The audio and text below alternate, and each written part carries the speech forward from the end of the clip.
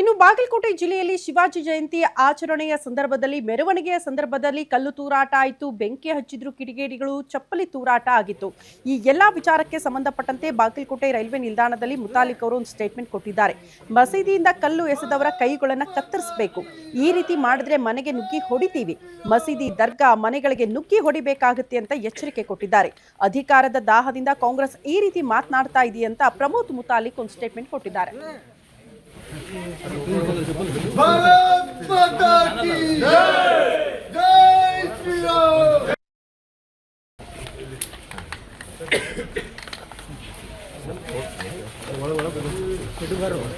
ನಮ್ಮ ಹಿಂದೂ ಸಮಾಜ ಕೂಡ ಅಷ್ಟೇ, ಬರೇ ಪ್ರತಿಭಟನೆ ಮಾಡ್ತಾ ಕೂತ್ಕೊಂಡ್ರೆ ಆಗೋದಿಲ್ಲ. ಇನ್ಮೇಲೆ ನುಗ್ಗಬೇಕ್ರಿ. ಯಾರ ಮೇಲೆ ಕಲಿಸಿದ್ದಾರೆ, ಯಾಕೆ ಕಲಿಸಿದ್ದಾರೆ? ಸೊಕ್ಕ ಈ ದೇಶದ ಅನ್ನ ತಿಂದು ಈ ದೇಶದ ಮಹಾಪುರುಷರ ಮೇಲೆ, ಈ ದೇಶದ ದೇವತೆಗಳ ಮೇಲೆ ಕಲ್ಲಿಸ್ತಾರೆ. ಏನಾಗಿದೆ ನಿಮಗೆ?